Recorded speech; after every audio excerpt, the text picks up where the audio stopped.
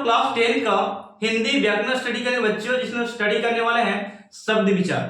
दोस्तों आज के क्लास वेरी वेरी इंपॉर्टेंट होने वाला है क्योंकि प्यारे बच्चे हम लोग हिंदी व्याकरण में शब्द विचार को अच्छे तरीका से प्रॉपर ढंग से ऑब्जेक्टिव के लेवल से हम लोग स्टडी करने वाले हैं ताकि प्यारे बच्चे आज से 2 मंथ जो एग्जाम के बचे हुए हैं शेष उसमें आप ग्रामेटिकल में अच्छा स्कोर कर पाए प्यारे बच्चों।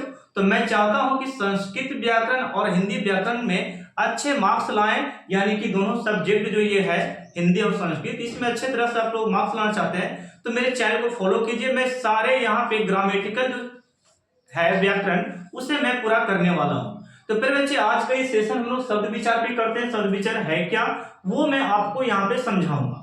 देखिएगा सबसे पहली बात यहाँ पे मैंने लिख रखा है शब्द विचार यानी कि शब्द की परिभाषा सबसे पहले हम लोग जानते हैं। तो फिर बच्चे शब्द को हम लोग जानते हैं, शब्द को वर्ड कहा जाता है। आप लोग जानते होंगे शब्द को क्या कहते हैं, वर्ड कहा जाता है।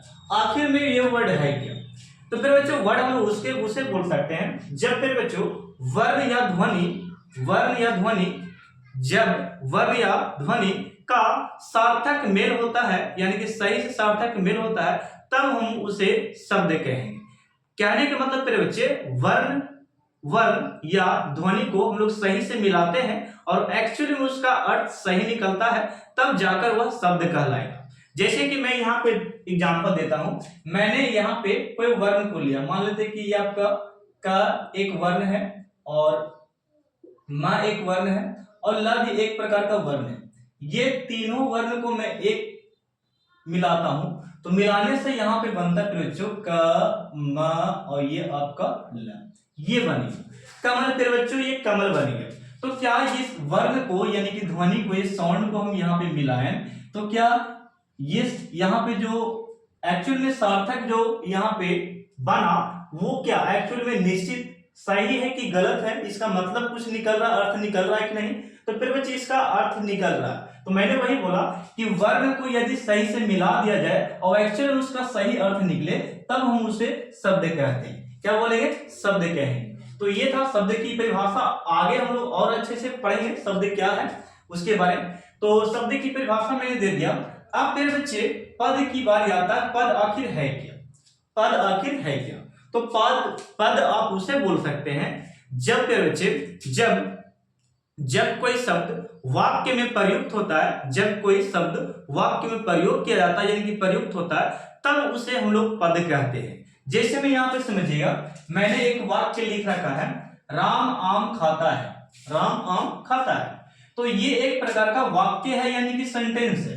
तो इसमें जो बोल सकते शब्द जुड़े हैं इसको हम लोग बोलेंगे पद। क्या बोलेंगे, पद। एक्चुअल में ये अकेला है तो हम लोग अभी इसे शब्द बोलेंगे। जहां ये सेंटेंस में आया तब ये पद कहलाएगा। क्या कहलाएगा, पद। जैसे कि देखिए राम एक प्रकार का संज्ञा है तो यहाँ पे करने का काम कर रहा है। राम एक प्रकार का करने का काम कर रहा है। ये कर क्या रहा है, आम खाने का काम कर रहा है, आम खाने का।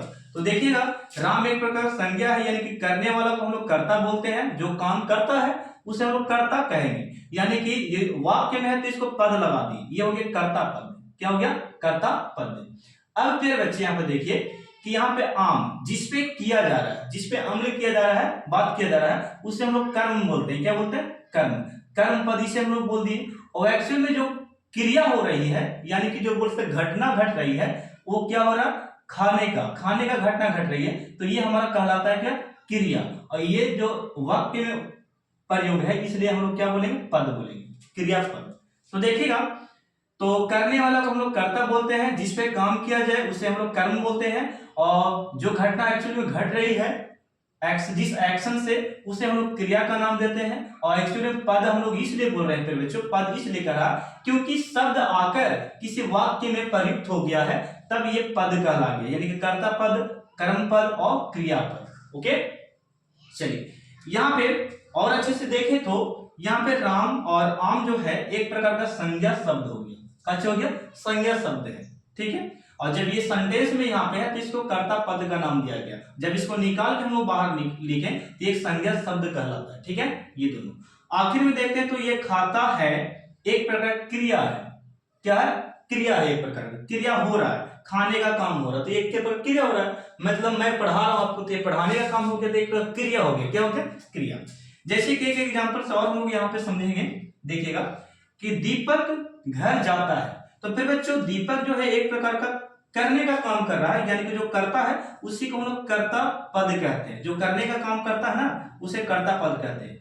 और जिसपे काम किया जाता है, यानी कि कहाँ कहाँ पे काम किया जा रहा है, घर जाने का काम कर रहा है, तो ये कर्म पद कहलाता है। क्या था? कर्म पद। और जो एक्चुअली घटना घट रही है, होने का, जाता है, लिखता है, पढ़ता हो, तो ये सब जो हमारा जो होता है उसे हम लोग क्रियापद कहते हैं। क्या कहते हैं? क्रियापद कहते हैं। नेक्स्ट फिर बच्चों यहाँ पे देखिए, दीपक और घर की बात करते हैं तो ये यहाँ पे संज्ञा कहलाएगा, और जाता है एक प्रकार का क्रिया शब्द है। क्या है? क्रिया शब्द है। तो उम्मीद करते हैं कि ये टॉपिक आपको यहाँ तक समझ में आ गई होगी। मैंने आगे लिख रहा है कुछ और भी बात है, उसे भी और देख लेते हैं। तो यहाँ पे बच्चों यहाँ मैंने लिखा शब्द के भेद। शब्द के भेद आखिर है क्या? तो शब्द के भेद हम चार तरह से, चार आधार पे पढ़ने वाले हैं। फर्स्ट वन इज अर्थ के आधार पे हम लोग स्टडी करेंगे, अर्थ के आधार पे। सेकंड जो आपका है रचना के आधार पे पढ़ने वाले हैं, और नेक्स्ट आपका है उत्पत्ति के आधार पर कैसे उत्पन्न होती है, और फोर्थ जो आपका है रूपांतरण, कैसे चेंज होता है। रूपांतरण का मतलब बदलना, ठीक है? तो कैसे बदलता है उसके आधार पे भी हम लोग पढ़ेंगे। कैसे उत्पन्न होता है कोई नया शब्द, उसके आधार पे भी पढ़ेंगे। कैसे बनता है, बनता है बनावट, कैसे बनता है उसके आधार पे पढ़ेंगे। और कैसे अर्थ उसका निकाला जा सकता है उस आधार पे भी हम लोग स्टडी करने वाले, ठीक है? तो ये चार प्रोसेस हम लोग वन बाय वन करके पढ़ेंगे। ओके, तो सबसे पहला आधार मैंने लिख रखा है यहाँ पे अर्थ के आधार पे। अर्थ के आधार पे तो प्यारे बच्चों अर्थ के आधार पे हम लोग दो भागों में से बांटे हैं। एक आपका सार्थक शब्द हो गया और एक आपका निरर्थक शब्द हो गया। सार्थक का मतलब क्या? सार्थक का मतलब ये हो गया कि जैसे प्यारे बच्चों जब कोई शब्द निश्चित अर्थ निकलता है, जब कोई शब्द से निश्चित अर्थ निकलता है, जब कोई शब्द से निश्चित अर्थ निकले तब उस शब्द को हम लोग बोलेंगे सार्थक शब्द कहते हैं। क्या बोलेंगे? सार्थक शब्द। मैंने बोला प्यारे बच्चों कि जब कोई शब्द से निश्चित अर्थ निकलता है तब उसे सार्थक शब्द कहेंगे, और जब प्यारे बच्चों जब कोई शब्द से निश्चित अर्थ नहीं निकलता है तब उसे निरर्थक शब्द कहा जाता है। तो ये था सार्थक और निरर्थक का मतलब। ओके, अब मैं एग्जांपल थोड़ा सा आपको एक्सप्लेन कर दूं। जैसे कि इसके एग्जांपल देखिए, रोटी।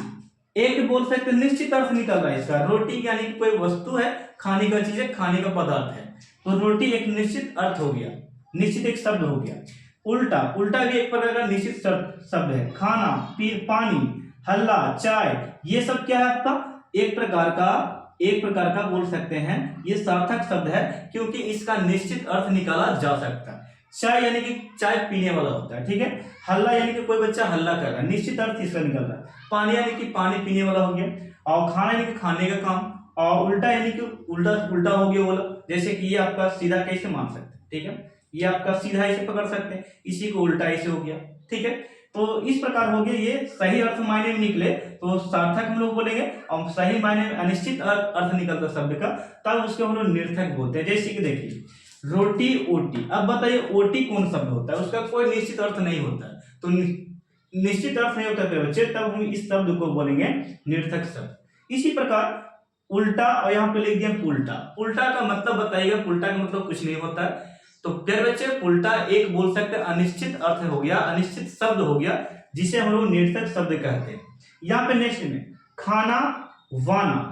अब बताइए खाना तो ठीक है, खाने की बात करते हैं, ये वाना की बात क्या हो गया वो हमको समझाइए। तो ये हो गया अनिश्चित अर्थ, इसका अनिश्चित अर्थ हो गया वाना का मतलब, इसलिए इसे हम लोग निरर्थक शब्द का नाम देते हैं। नेक्स्ट आपका वाणी। वाणी का मतलब देखिए थोड़ा सा मैं यहाँ समझाना चाहता हूँ। पानी, वाणी। कोई हमारे गांव मोहल्ले में जैसे कि पानी मांगता है तो कहता पानी वानी लेकर आओ, ठीक है? तो पानी तो ठीक है, लेकिन वाणी किसको बोल रहा है समझ में नहीं आ रहा, ठीक है? वाणी ऐसे देखे तो हम लोग बोलते हैं, शब्द को बोल सकते हैं, ध्वनि को बोलते हैं। वाणी क्या बोल रहा है? साउंड को बोल सकते हैं, तो ओ वाले साउंड को नहीं बोल रहा है। यहाँ पर देखिए पानी, वाणी। तो वाणी एक बोल सकते हैं, उल्टा शब्द हो गया। ओके, निरर्थक शब्द हो क्या हो गया? निरर्थक। गुल्ला, हल्ला तो सुने थे, लेकिन गुल्ला क्या है? ये निश्चित अर्थ नहीं निकल रहा इस शब्द से, तो इसे हम लोग बोलेंगे निरर्थक शब्द। चाय तो सुने थे, लेकिन वाय क्या है इससे पता नहीं है, ठीक है? वाय एक इंग्लिश वर्ड हो जाता है, लेकिन यहाँ पर देखें तो वाय का कोई मतलब नहीं है, इसका अर्थ नहीं है, इसलिए इसको हम लोग बोलेंगे निरर्थक शब्द। तो फिर बच्चों ये दोनों शब्दों से आप लोग ये सीखें कि जिसमें निश्चित अर्थ निकल जाए जिस शब्द से, उसे सार्थक कहा जाता है, और जिस शब्द से निश्चित अर्थ नहीं निकलता है उसे हम लोग निर्थक शब्द कहते हैं। तो फिर बच्चों इसे आप स्क्रीनशॉट लीजिए, मैं आपको नेक्स्ट स्लाइड और भी टाइप्स यहाँ पे समझाने वाला हूँ, ठीक है। तो फिर बच्चों अब हम लोग नेक्स्ट स्लाइड में चलाएं, यहाँ पे देखिएगा। अब हम लोग स्टडी करेंगे इस स्लाइड में रचना के आधार पे, रचना मतलब होता है बनावट, बनावट के आधार पे हम लोग स्टडी करेंगे शब्द को। तो फिर बच्चे यहाँ पे मैंने लिख रखा है, देखिएगा आपका बनावट के आधार पे 3 शब्द हम लोग को पढ़ेंगे। पहला जो आपका है रूढ़ शब्द, और सेकंड वन में आपका जो आपका है यौगिक शब्द पे बच्चों, और थर्ड में जो आपका है यौगिक रूढ़ शब्द। ये शब्दों को हम लोग बारी बारी से जानेंगे, एक्चुअल में ये क्या है, इसका एग्जाम्पल क्या होने वाले हैं उसे हम लोग समझेंगे। फिर बच्चे जैसे कि देखिए मैंने लिख रखा है सबसे पहला जो आपका है रूढ़ शब्द। ये रूढ़ शब्द है क्या, उसे सबसे पहले आप लोग जान सकते हैं। तो फिर बच्चे रूढ़ शब्द हम उसे बोल सकते हैं, रूढ़ शब्द हम उसे बोल सकते हैं जिस शब्द को खंड करने पर यानी कि टुकड़े करने पर उसका सही मायने में अर्थ नहीं निकाला जा सकता है, उसे हम लोग रूढ़ शब्द कहते हैं। तो फिर बच्चे डिफिनेशन आप लोग लिख लेना, यानी कि जिस शब्द को टुकड़े करने पर, खंड करने पर मायने में यानी सही मायने उसका अर्थ नहीं निकाला जा सकता, उसे हम लोग रूढ़ शब्द कहते हैं। ये परिभाषा था, प्रॉपर तरीके से आप लोग लिख लीजिएगा। जैसे कि मैंने यहाँ पे फिर बच्चे ये मैंने ले रखा आपको रूढ़ शब्द के एग्जाम्पल कुछ मैंने ले रखा है। अब इसको हम लोग क्या करते हैं फिर बच्चों, इसको हम लोग खंड करते हैं। खंड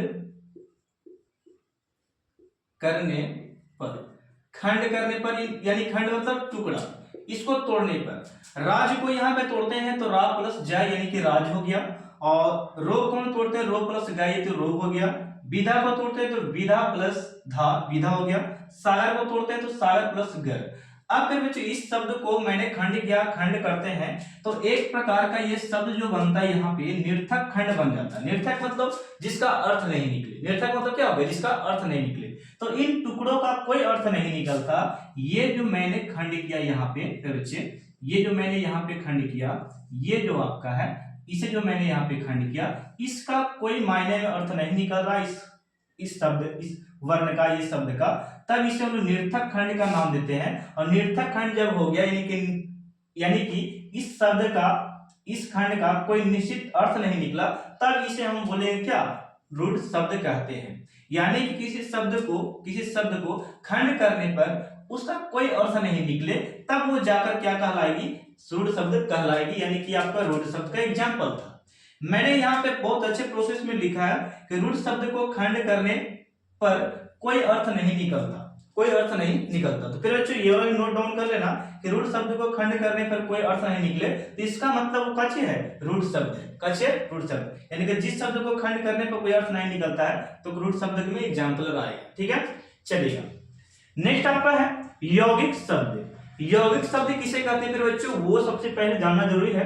तो मैंने लिखा है जिन शब्दों के मेल से यानी कि मिलने पर, जिन शब्दों के मेल से बने शब्द, यानी कि जिस शब्दों के मेल से बने शब्द जिनका सार्थक खंड हो, यानी कि वैसा शब्द जिसके मिलने से बने शब्द, जो नया शब्द जो बनता है और एक्चुअल में उसको खंड करते हैं यानी टुकड़ा करते हैं, तो निश्चित अर्थ निकलता है। निश्चित अर्थ निकलेगा तो समझिए कि वो क्या आपका यौगिक शब्द कहलाएगा, यानी कि निश्चित अर्थ निकलेगा खंड करने पर उस शब्द का, तो हम लोग बोलेंगे क्या, यौगिक शब्द कहेंगे उसको। और यदि फिर बच्चों निश्चित अर्थ नहीं निकलता तो क्या यहाँ पे चल जाएगा, रूढ़ में चल जाएगा। कब, जब टुकड़ा करेंगे तब, ओके। और यहाँ पे टुकड़ा करने से पता चलता है कि हाँ इसे खंड करते हैं तो इसका सही मायने में अर्थ निकलता है। एग्जाम्पल देखिए, जैसे कि मैंने लिख रखा है यहाँ पे राजरोग। राजरोग यहाँ पे देखिए मैंने एग्जाम्पल 3 लिखा है। तो राजरोग में देखिएगा ये वाला एग्जाम्पल क्या कहता है, इसको हम लोग क्या करते हैं, खंड किए, यानी खंड किए, सार्थक खंड किए, यानी कि सही से खंड की। तो सार्थक खंड क्यों कहलाया वो भी जरा देखिए, यहाँ पे मैं लिखता हूं खंड करने पर, खंड करने पर यानी कि टुकड़े करते हैं, तो खंड करते हैं प्रवेश। तो ये आपका टुकड़ा जो है, ये टुकड़ा ही क्या कहलाता है, सार्थक खंड कहलाता है। क्यों सर, क्योंकि देखिए राज्य का मतलब होता है राज संबंधी, यानी कि राजा संबंधी, राजा को बोला जाता है, ठीक है, राजा संबंधी बातों को बोला जाता है। तो राजा यानी कि राज से हमको एक अर्थ निकल रहा है राजा संबंधी, ठीक है। और ये जो आपका है रोग, रोग मतलब होता है बीमारी। अब बताइए राजा संबंधी बीमारी, ये एक्चुअली अर्थ हुआ कि नहीं हुआ? ये अर्थ हुआ इसलिए बच्चों, यानी कि राज रोग जो है एक प्रकार का यौगिक शब्द हुआ। क्यों सर? क्योंकि इसको खंड किए हम लोग, टुकड़ा में कर दिए, दो भाग में कर दिए, तो इसका संबंधी बोल सकते हैं, इसका अर्थ निकला, निश्चित अर्थ निकला, तो इसे हम लोग निश्चित अर्थ निकला, तो इसे हम लोग राज रोग को क्या बोलेंगे? एक प्रकार से हम लोग बोलेंगे यौगिक शब्द। चलिए अगले एग्जाम्पल को जरा देखिए। जैसे कि हिमालय को हम लोग क्या करते हैं? टुकड़ा करते हैं। हिमालय को हम लोग यहाँ पे टुकड़ा करते हैं, तो हिमालय को तोड़ेंगे तो हिम प्लस आलय, हिम प्लस आलय, ये टूट गया, टूट गया तो ये सार्थक खंड बन गया। क्या बन गया? सार्थक खंड। क्यों सार्थक खंड बन गया वो भी जरा देखिए। जैसे कि हिम का मतलब होता है, हिम का अर्थ होता है बर्फ, क्या होता है? बर्फ। और आलय का मतलब होता है घर, बर्फीला घर, यानी कि बर्फ का घर, ठीक है। तो एक्चुअली में देखें तो इसे खंड करने पर इसका अर्थ निकाला जा सकता है, खंड करने पर अर्थ निकाला जा सकता है, तो ये शब्द को हम लोग बोलेंगे यौगिक शब्द, यानी कि हिमालय एक प्रकार का यौगिक शब्द कहलाएगा। क्यों सर? क्योंकि इसको तोड़े तो सही मायने में इसका अर्थ निकलेगा, ठीक है। चलिए नेक्स्ट एग्जांपल समझने का प्रयास कीजिए। ये हो चुका है, यहाँ पे लिखा विधा सागर। विधा को हम लोग तोड़ते हैं तो विधा प्लस सागर, यानी पर बच्चों विधा मतलब होता है बुद्धि ज्ञान, ओके। सागर मतलब सागर, समुद्र जैसे बोल सकते हैं इस प्रकार, तो सागर हो गया। तो फिर बच्चे मैंने लिखा विद्या, विद्या मतलब ज्ञान, और ये बुद्धि हो गया, तो इसका मायने में दोनों का अर्थ निकल रहा है, तब इसे हम इसको हम बोल सकते हैं विधा सागर का नाम दे सकते हैं। क्या बोलेगा? विधा सागर का नाम देगा। विधा सागर एक प्रकार का क्या है? यौगिक शब्द है, ठीक है। अब चलिए ये तीनों को समझाते हुए हम लोग नेक्स्ट शब्द में चलते हैं। तो यहाँ पे मैंने लिखा यौगिक रूढ़ शब्द, ये क्या है? तो यौगिक रूढ़ शब्द समझना बहुत ही आसान है, इसे मैं निश्चित तरीका से समझाना चाहता हूं। जैसे कि देखिए, बोल सकते हैं कि वैसा शब्द जिसका विशेष अर्थ निकाला जा सके, जिसका विशेष अर्थ निकले थे बच्चों, उस शब्द को हम लोग नाम देंगे यौगिक रूढ़ शब्द कहते हैं। मैंने ये बोला कि वैसा शब्द या वह शब्द जिसका विशेष अर्थ निकलता है उसे हम लोग क्या बोलेंगे? यौगिक रूढ़ शब्द कहेंगे। जैसे कि एक मैंने एग्जांपल लिखा है यहाँ पे, पंकज। पंकज को जरा गौर से देखिए, पंकज एक नाम, व्यक्ति का नाम है, लेकिन इसको थोड़ा सा ग्रामेटिकल से देखें, व्याकरण से देखें, तो पंकज का मतलब होता है फूल, यानी कि कमल। क्या होता है? कमल होता है। और कमल पे बच्चों, कमल कहाँ पे? कीचड़ में उगता है, तो हम लोग कीचड़ में उगने वाला को हम लोग बोल सकते हैं क्या? कमल। लेकिन एक्चुअल में इसका पंकज का जो अर्थ है बहुत विशेष है, बहुत विशेष, यानी कि पंकज का अर्थ यहाँ पे देखें तो ये आपका हो गया कमल। क्या है? तो इस प्रकार का पंकज का अर्थ विशेष रूप से कमल आ गया, तो कमल यहाँ पे विशेष अर्थ है, तो इसका मतलब पंकज एक प्रकार का क्या हो गया? यौगिक रूढ़ शब्द हो गया, ओके। नेक्स्ट एग्जांपल समझने का प्रयास करें हम लोग। यहाँ पे लंबोदर, लंबोदर मतलब जिसका पेट लंबा, पेट निकला, ठीक है, पेट लंबा, उसे लंबोदर कहेंगे। तो इसका भी मायने में कुछ ना कुछ अर्थ निकल रहा है। लंबोदर का मतलब होता है, अर्थात हम लोग गणेश भगवान बोल सकते हैं, ठीक है बच्चों। तो ये आपका जो था यहाँ पे देखें तो ये लंबोदर का मतलब कोई विशेष व्यक्ति का, विशेष भगवान का यहाँ पे नाम है, दर्जा दिया गया है, तो हम लोग यहाँ पे लंबोदर का बोल सकते हैं। यहाँ पे गणेश मतलब होता है, तो ये विशेष अर्थ हो गया, लंबोदर का मतलब विशेष अर्थ हो गया। तो अब यहाँ पे लंबोदर क्या कहलाएगा? तो लंबोदर यहाँ पे यौगिक शब्द, यौगिक रूढ़ शब्द कहलाएगा। क्या कहलाएगा? यौगिक रूढ़ शब्द कहलाएगा। नेक्स्ट में देखिए बिना पानी। बिना पानी ये देखने में छोटा सा वर्ड है, बोल सकते हैं कि शब्द है यहाँ पे, लेकिन इसका अर्थ सबसे बड़ा है, जो कि हम लोग स्टूडेंट सभी छात्र मिलकर इसे हम लोग क्या करते हैं? पूजा पाठ करते हैं। इसे हम लोग विद्या का सागर मानते हैं। तो विद्या का सागर हमारे सरस्वती माता है, जो कि हमारे बोल सकते हैं कि बिना पानी का जो एक्चुअल में अर्थ देखा जाए तो सरस्वती होता है। क्या होता है? सरस्वती। तो फिर बच्चों यहाँ पे देखिए बिना पानी जो है आपका सरस्वती अर्थ एक प्रकार का विशेष अर्थ निकला। क्या निकला? विशेष अर्थ। तो इसे हम लोग बोलेंगे फिर बच्चों यौगिक रूढ़ शब्द बोलेंगे बिना पानी को। क्या बोलेंगे? बिना पानी को यौगिक रूढ़ शब्द बोलेंगे। लास्ट, इट इज लास्ट आपका यहाँ पर शब्द आ गया गिरिधारी। गिरिधारी को हम लोग यहाँ पे देखें तो गिरिधारी एक मामूली शब्द यहाँ पे दिख रहा होगा लेकिन इस शब्द को थोड़ा सा इसके में कंपेयर करते हैं तो इसका मतलब होता है श्री कृष्ण। इसका अर्थ क्या निकाला गया? श्री कृष्ण। इसका अर्थ है, विशेष अर्थ हो गया, और जिसका विशेष अर्थ होता है उस वर्ड का नाम हो जाता है यौगिक रूढ़ शब्द हो जाता है। तो पहले बच्चे मुझे उम्मीद है कि आप लोग को समझ में आया होगा। फिर बच्चों आप लोग इसे चैप्टर को पढ़ के आप लोग ऑब्जेक्टिव बनाइएगा ना, तो आपको वहां पे समझ में आएगा कि सार्थक शब्द क्या है, रूढ़ शब्द क्या है, यौगिक शब्द किसे कहते हैं, वहां पे पहचानने के लिए आपको दिया जाएगा। ठीक है, तो आप लोग इसे गहन तरीके से अध्ययन करें, समझें, तब जाकर वहां पे बनाएं, तो पूरा अच्छे तरीका से बनेगा। ये कोई हार्ड नहीं है आपका, ठीक ना। तो थोड़े से के लिए आप लोग स्किप कर देते हैं वीडियो को, तो गलती आप ही लोग का होगा। ठीक है, इसलिए लगातार देखें अच्छे से, आधे घंटा लगेगा, 15 मिनट लगेगा, देख लीजिए एक बार और चैप्टर अपना बना लीजिए, कोई दिक्कत इसमें नहीं है। तो फिर बच्चों ये आपका लास्ट स्लाइड होगा जिसमें आप बहुत सारे शब्दों को कवर करने वाले हैं। फिर बच्चे इस स्लाइड से काफी ऑब्जेक्टिव बनेंगे जो कि आपके लिए इंपॉर्टेंट होने वाला है। ये लास्ट स्लाइड आपका होगा इस वीडियो का। ठीक है, तो देखिए फिर बच्चों मैंने लिखा है यहाँ पे जो आपका आधार मैंने बांट रखा है, ये जो आधार आपका यहाँ पे है उत्पत्ति के आधार पे। उत्पत्ति के आधार पर मतलब क्या हो गया, उत्पत्ति के आधार पर मतलब हो गया उत्पन्न शब्दों को हम लोग स्टडी करेंगे, कैसे उत्पन्न हुआ शब्द, कैसे बना है, उसे हम लोग यहाँ पे पढ़ेंगे। फिर बच्चे उत्पत्ति के आधार पे हम लोग सबसे पहला जो स्टडी करने वाले हैं तत्सम शब्द है। ये तत्सम शब्द क्या है उसे मैं आपको यहाँ पे एक्सप्लेन करने वाला हूं।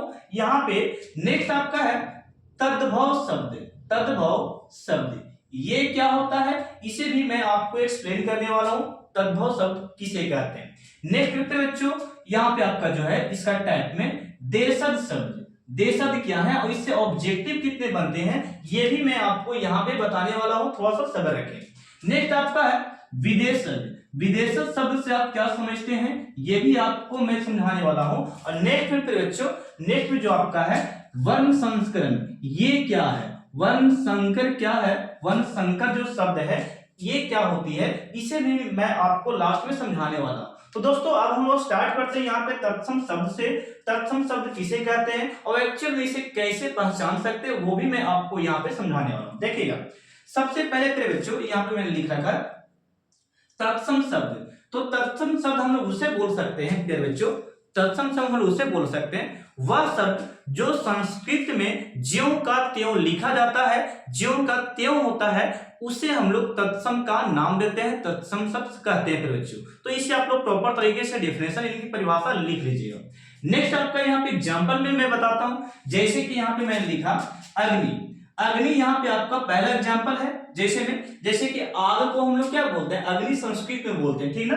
तो ये अग्नि जो शब्द है एक प्रकार का ज्यों का त्यों लिखा है, एक्चुअली इसका शुद्ध देखें तो आग होता है। क्या होता है, आग होता है। तो यहाँ पे ये ज्यों का त्यों लिखा अग्नि, इसलिए इसे हम लोग क्या बोलेंगे, तत्सम शब्द कहेंगे बच्चों। क्या बोलेंगे, तत्सम शब्द। नेक्स्ट आपका क्या है, अंक। अंक मतलब होता है एक प्रकार का बोल सकते हैं नंबर, लेकिन इसको एक्चुअली पढ़ते हैं तो अंक क्या होता है, एक्चुअली शुद्ध देखा जाए हिंदी में तो होता है अंक। क्या होता है, अंक। लेकिन संस्कृत में क्या करें बच्चों, संस्कृत में आपका यहाँ पे अंक है।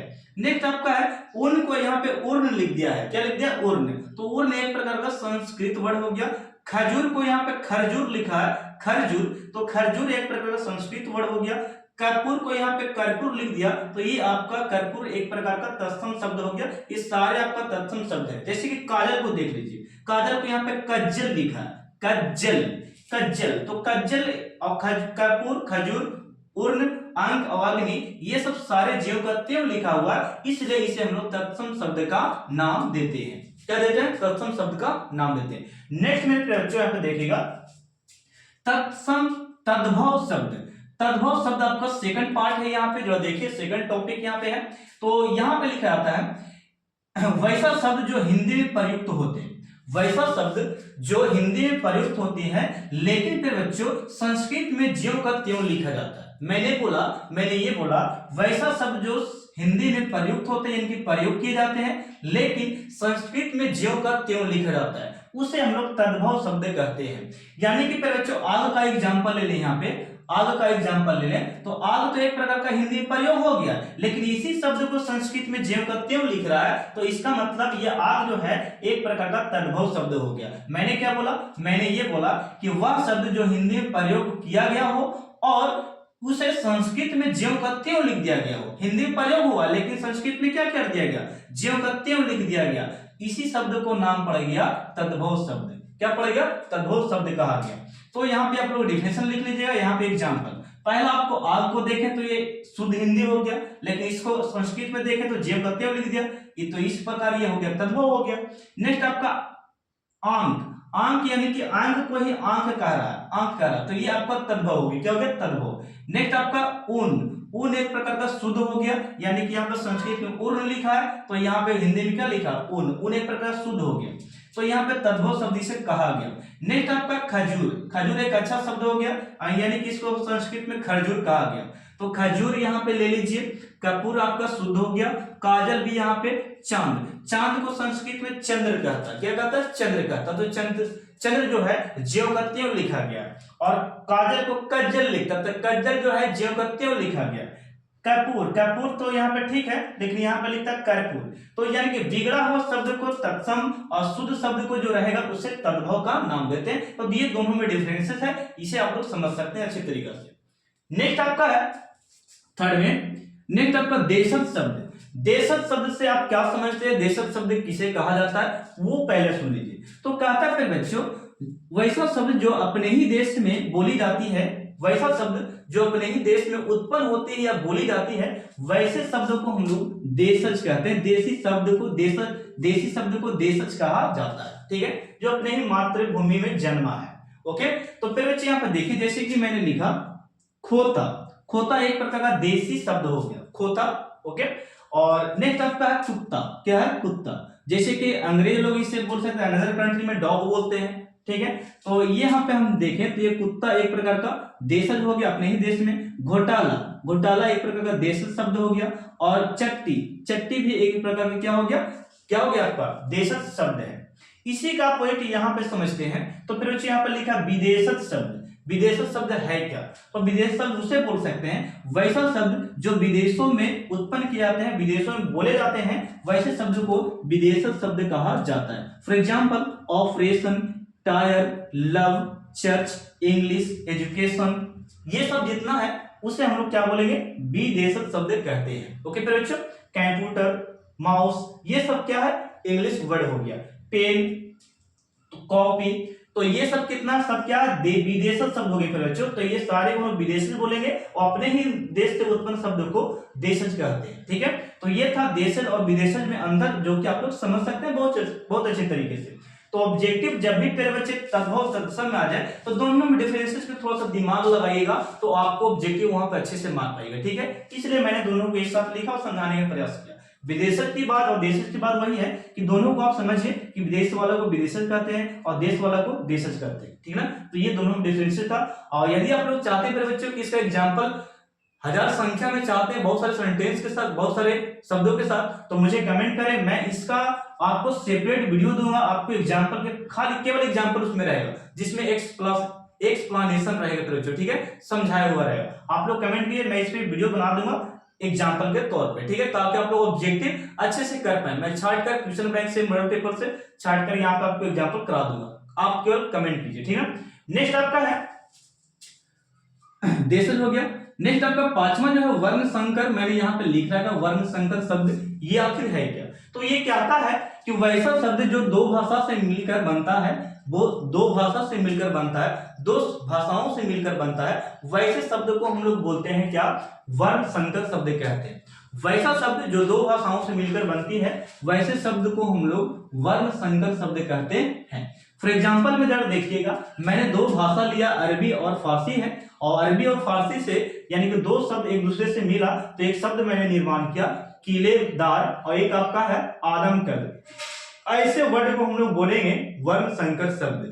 क्या बोलेंगे वर्ण संकर शब्द। अब पहचानने का तरीका पे बच्चों, यदि आप लोग चाहते हैं कि सर कैसे पहचानेंगे, तो निश्चित है कि आप लोग मुझे कमेंट कीजिए, थोड़ा सा मैं इसमें डिटेल्स और ढूंढ कर लाऊंगा, क्योंकि जो भी बुक था पे बच्चे मैंने उसी में केवल आपको समझाने का प्रयास किया, और मैं अपने तरीका से यदि लेकर आता हूं इसको अच्छे तरीका से कि ये सब किलेदारी को कैसे और ये आदम कद को कैसे पहचानेंगे, तो मुझे कमेंट करो, मैं आपको इसको स्पेशल वीडियो में देने वाला हूं, इसके एग्जाम्पल को अच्छे तरीका से, ठीक है, टेक्ली वाइज।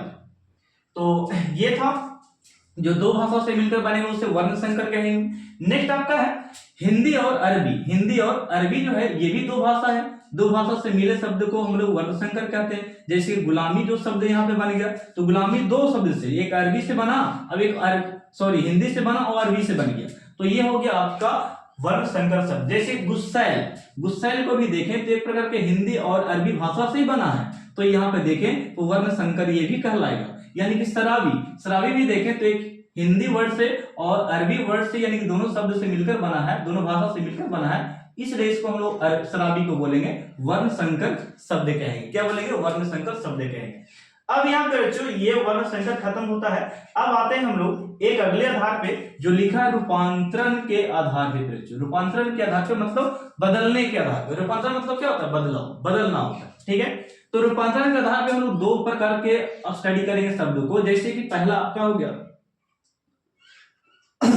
विकारी शब्द। विकारी शब्द पहले समझेंगे, देन आपको अविकारी। तो विकारी कहता क्या है कि वैसा शब्द जो लिंग और वचन और कारक, मैंने बोला वैसा शब्द लिंग वचन और कारक के अनुसार परिवर्तन होता है, बदलता है, उसे हम लोग बोलेंगे क्या? उसे हम लोग बोलते हैं विकारी शब्द। मैंने बोला वैसा शब्द जो लिंग वचन और कारक के अनुसार अपना रूप बदलता है, उसे हम लोग विकारी शब्द कहते हैं। फॉर एग्जाम्पल पे बच्चों जैसे कि संज्ञा, इस संज्ञा क्या करेगा? लिंग के अनुसार, वचन के अनुसार और कारक के अनुसार अपना क्या करेगा? रूप बदलेगा। संज्ञा वाले शब्द जितने भी होंगे, संज्ञा वाले शब्द अपना लिंग और वचन कारक के अनुसार अपना रूप को बदलेगा, संज्ञा वाला शब्द। तब ये जाकर संज्ञा को हम क्या बोल रहे हैं? विकारी शब्द कहते हैं। ओके, नेक्स्ट आपका सर्वनाम भी उसी प्रकार सर्वनाम को, विशेषण को, क्रिया को। और फिर बच्चे ये एग्जाम्पलर नहीं है, समझिए तो एक प्रकार का चैप्टर है जो कि मैं आपको एक एक करके सर्वनाम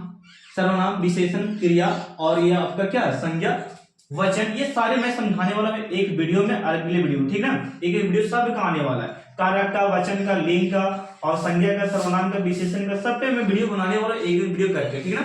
इसे आप लोग देख लीजिएगा प्रॉपर तरीके से, कोई भी दिक्कत नहीं होने वाली, ठीक है। चलिए, तो ये विकारी शब्द क्या समझे आप लोग कि लिंग, कारक, वचन और के अनुसार अपना रूप बदल देता है, उसे विकारी कहेंगे। फॉर एग्जांपल ये सब, ठीक ना। ये सब में जितने होंगे, संज्ञा में जितने भी शब्द होंगे, सर्वनाम के जितने शब्द होंगे, विशेषण के जो शब्द होंगे, क्रिया के जो शब्द होंगे, ये सारे शब्दों को विकारी शब्द कहेंगे। कब? जब लिंग और वचन के अकॉर्डिंग ये क्या करेगा? अपना रूप में परिवर्तन करेगा, तभी से हम लोग विकारी शब्द कहेंगे। अब यहाँ पे अविकारी समझने में क्या दिक्कत होगा तो देखिएगा, इसमें कोई प्रकार की दिक्कत नहीं। ये कहता है कि वैसा शब्द जो लिंग, कारक और वचन के अनुसार अपना रूप नहीं बदले, यानी कि लिंग, कारक और वचन के अनुसार अपना रूप नहीं बदलता है, उससे हम लोग अविकारी शब्द कहते हैं। ये रूप नहीं बदलता, ये रूप बदलता है, दोनों में यह डिफरेंस है। और फॉर एग्जांपल में संबंध बोधक जो शब्द होगा अपना रूप नहीं बदलेगा। क्रिया विशेषण जो होगा शब्द वो अपना रूप नहीं बदलेगा। समुच्चय बोधक जो होगा शब्द वो भी अपना रूप नहीं बदलेगा। विस्मया आदि जो विस्मया बोधक जो होगा, आदि जो होगा, ये भी अपना रूप नहीं बदलेगा। तो ऐसे शब्द को हम लोग बोलेंगे अविकारी शब्द। इसमें बहुत सारे वर्ड बनेंगे जो कि मैं चैप्टर में समझाने वाला हूं, एक एक चैप्टर में, ठीक है। और ये भी चैप्टर आपको आने वाला है। तो फिर बच्चों ये वीडियो यहीं तक होता फिनिश। मैंने पूरा डिटेल्स आपको दे दिया इस चैप्टर का, शब्द विचार का। मुझे पूरा उम्मीद है कि इस वीडियो को आप लोग अच्छे तरीके से देखेंगे और वीडियो को शेयर करेंगे ताकि आप अच्छे बोर्ड में मार्क्स ला पाए, अच्छे स्कोर कर पाए बच्चे। और वीडियो को ज्यादा शेयर करें ताकि आपके चैनल आगे बढ़ सके, ग्रो कर सके। मैं जल्द ही पूरे ग्रामर को फिनिश करने वाला हूँ, संस्कृत भी जल्द आएगा, ठीक है, जल्द ही आने वाला।